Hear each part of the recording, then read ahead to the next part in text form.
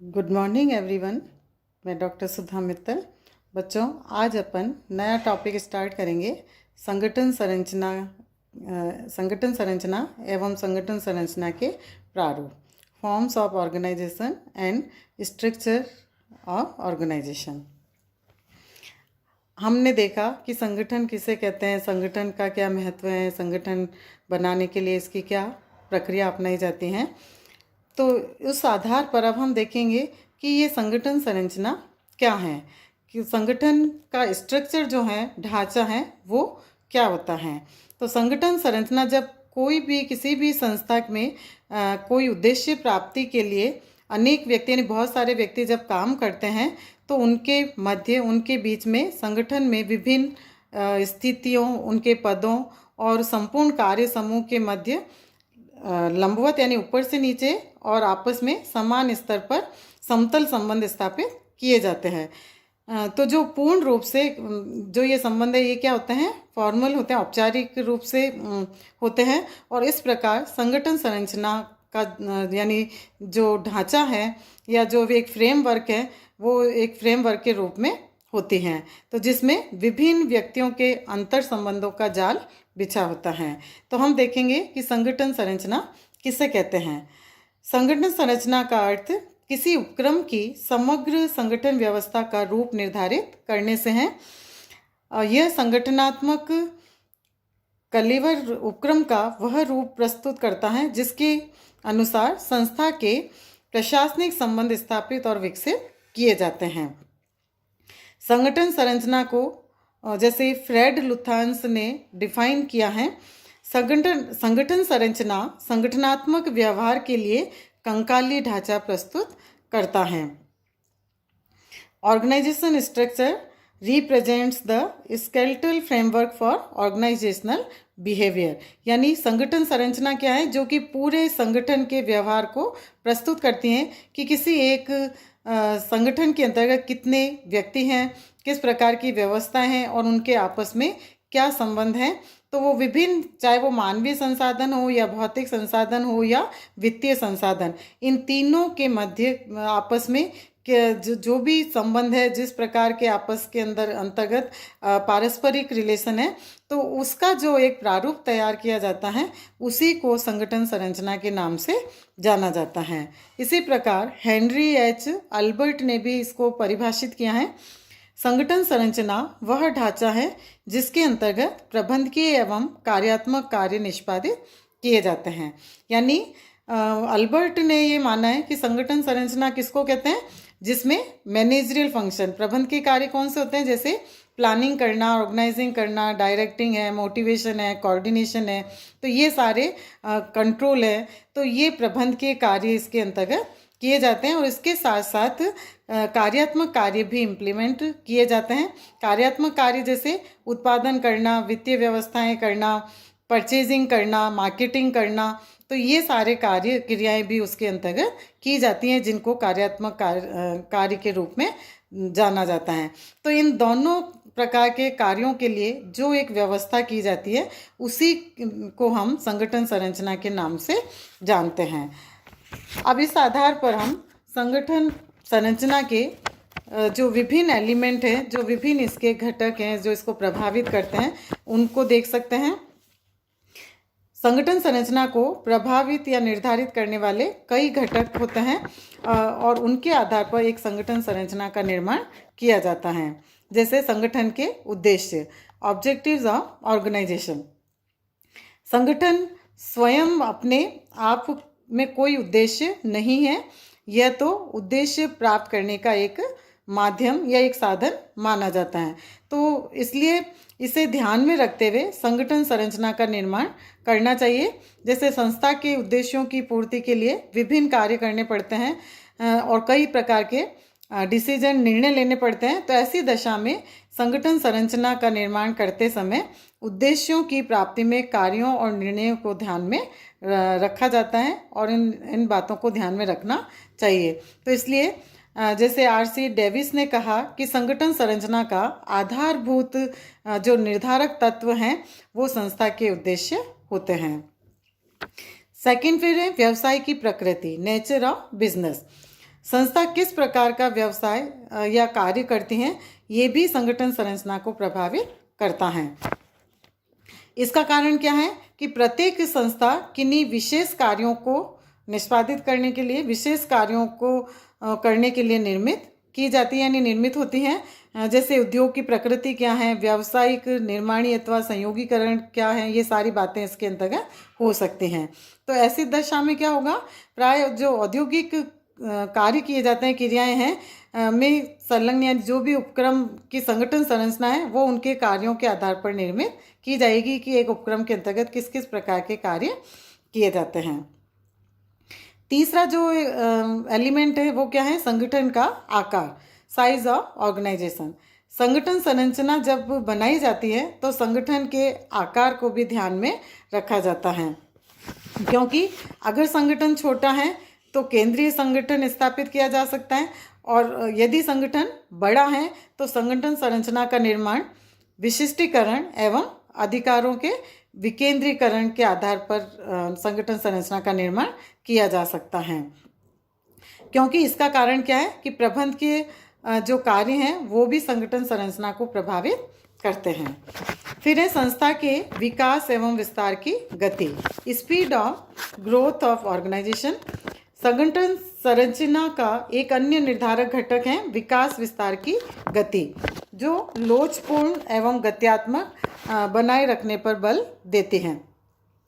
किसी भी उपक्रम की जो संगठन संरचना का निर्माण वो क्या है, वर्तमान आवश्यकताओं को ध्यान में रखकर की जानी चाहिए, क्योंकि वर्तमान की जो स्थितियां हैं उसके आधार पर ही एक समूह तैयार किया जाता है, और जो भी साधन उसमें यूज़ किए जाएंगे उसके आधार पर एक संगठन संरचना का निर्माण किया जाएगा। तो इसलिए ये देखना चाहिए कि संस्था किस गति से विकास कर रही है, किस प्रकार से ऊपर बढ़ रही है अथवा विशिष्टीकरण की ओर आगे बढ़ रही हैं। तो इन दोनों चीज़ों को, विशिष्टीकरण स्पेशलाइजेशन को और उसके डेवलपमेंट की स्पीड को, गति को ध्यान में रखते हुए संगठन संरचना का निर्माण किया जाना चाहिए।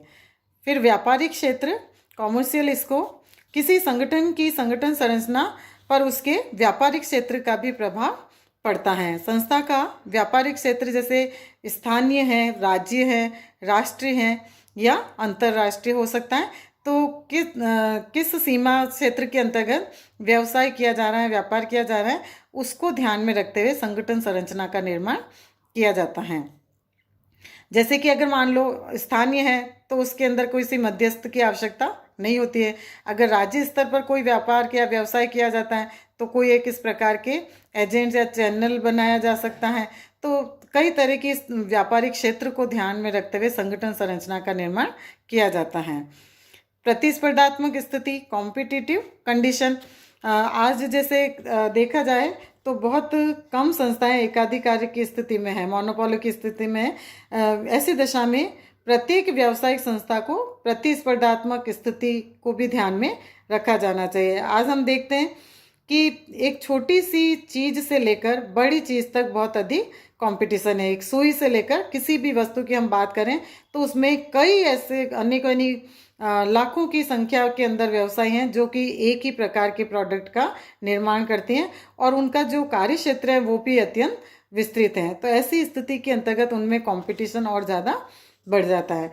तो इस प्रकार की प्रतिस्पर्धात्मक स्थिति को ध्यान में रखते हुए संगठन संरचना का निर्माण किया जाता है। संगठन में विभागीकरण, डिपार्टमेंटलाइजेशन इन ऑर्गेनाइजेशन। किसी संगठन संरचना को प्रभावित करने वाले घटकों में विभागीकरण भी एक एलिमेंट है, यानी एक तत्व है जिसको ध्यान में रखते हुए संगठन संरचना बनाई जाती है। विभागीकरण का जो आधार है, जैसे प्रोडक्ट क्या है, कस्टमर और भौगोलिक एरिया, क्षेत्र, प्रोसेस, सेल्समैन आदि, ये सारे इसके आधार होते हैं और इनके आधार पर संगठन संरचना का निर्माण किया जाता है, क्योंकि ये भी उसको प्रत्यक्ष रूप से प्रभावित करते हैं। फिर प्रबंधकों की नीतियाँ, पॉलिसीज ऑफ मैनेजर्स। किसी उपक्रम की संगठन संरचना का प्रबंधकों की नीतियों पर भी प्रभाव पड़ता है। संस्था के प्रबंधक समस्त अधिकारों को अपने हाथों में केंद्रित करना चाहते हैं अथवा संबंधित अधिकारियों या अधीनस्थों को डेलीगेट करेंगे या प्रत्यायोजित करना चाहते हैं, तो उसके आधार पर प्रबंधक अपनी नीतियों का निर्धारण करता है। तो ये भी संगठन संरचना को प्रभावित करते हैं। पद समता, इवन स्ट्रा, संगठन के सभी जो अधिकारी और अधीनस्थ हैं उनके मध्य अच्छे संबंधों की स्थापना के लिए आवश्यक है कि एक ही अधिकारी के दो समान पद वाले अधीनस्थों के अधिकारों में भिन्नता नहीं होनी चाहिए।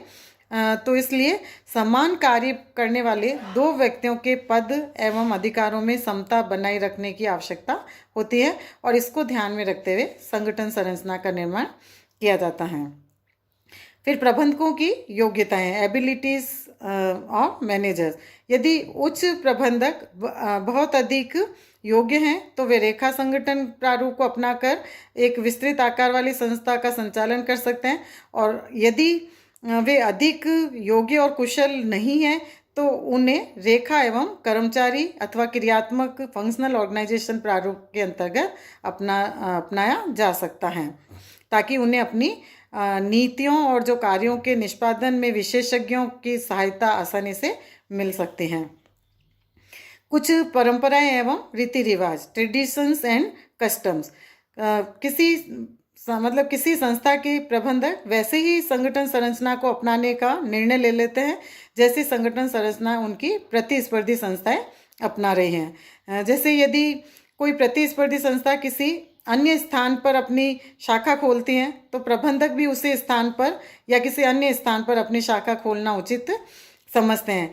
तो ऐसी स्थिति के अंतर्गत संगठन संरचना उनको प्रभावित करती हैं। मानवीय एवं सामाजिक आवश्यकताएं, ह्यूमन एंड सोशल नीड्स।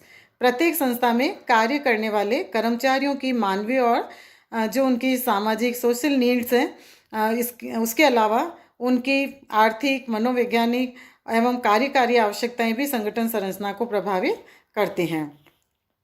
वातावरण, एनवायरनमेंट भी प्रभावित करता है संगठन संरचना को, और इसके लिए जैसे म्यूक ने कहा कि यदि संस्था अंशधारियों, ग्राहक और पूर्तिकर्ताओं पर अत्यधिक निर्भर नहीं है तो संगठन संरचना जो है वो पर्याप्त रूप में लोचपूर्ण होगी, अन्यथा नहीं।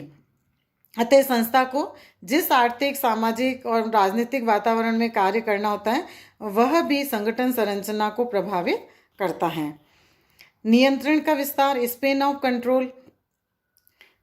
स्पेन ऑफ कंट्रोल जैसे ये प्रबंध का एक महत्वपूर्ण सिद्धांत है कि एक व्यक्ति अधिक व्यक्तियों को नियंत्रित नहीं कर सकता है, अधिक से अधिक उनको अच्छा मार्गदर्शन नहीं दे सकता है, तो उसके लिए इस सिद्धांत को अपनाया जाता है। तो प्रत्येक जो प्रबंधक हैं या पर्यवेक्षक हैं वो अपने सहायक क्रियाओं का निरीक्षण और पर्यवेक्षण करने की क्षमता सीमित रखते हैं, तो इसलिए इनके नियंत्रण की विस्तार की सीमा संगठन संरचना को छोटा या बड़ा बनाती हैं। तो निम्न स्तर पर कार्य करने वाले प्रबंधक के नियंत्रण विस्तार की सीमाओं को भी संगठन संरचना के विकास के लिए ध्यान में रखा जाना चाहिए। फिर है परिवर्तन, चेंजेस। प्रत्येक संस्था के जीवन में कई प्रकार की स्थितियाँ आती हैं, अच्छी भी हो सकती हैं, बुरी भी हो सकती हैं। तो ऐसी स्थिति में एक संस्था, एक संगठन विभिन्न प्रकार के परिवर्तनों को झेलती हैं या परिवर्तनों का सामना करती हैं। तो संगठन संरचना को ये सारे जो परिवर्तन हैं वो भी प्रभावित करते हैं। यदि प्रबंधक भावी परिवर्तनों का सही पूर्वानुमान कर लेता है तो संगठन संरचना में वो आसानी से उनको समायोजन कर सकता है और उसे सरल भी बनाया जा सकता है। और अगर ऐसा नहीं होता है तो परिवर्तन मान लो आकस्मिक या एकाएक हो जाता है, सडनली हो जाता है, तो संगठन संरचना को जटिल बनाने की प्रवृत्ति हो सकती हैं। तो ये सारे जो एलिमेंट्स हैं, ये जो तत्व हैं, ये संगठन संरचना को बनाने में प्रभावित करते हैं और इसके आधार पर ही एक प्रबंधक अपने उपक्रम की संगठन संरचना का निर्माण करते हैं। और इसके आगे अपन नेक्स्ट वीडियो में देखेंगे। धन्यवाद।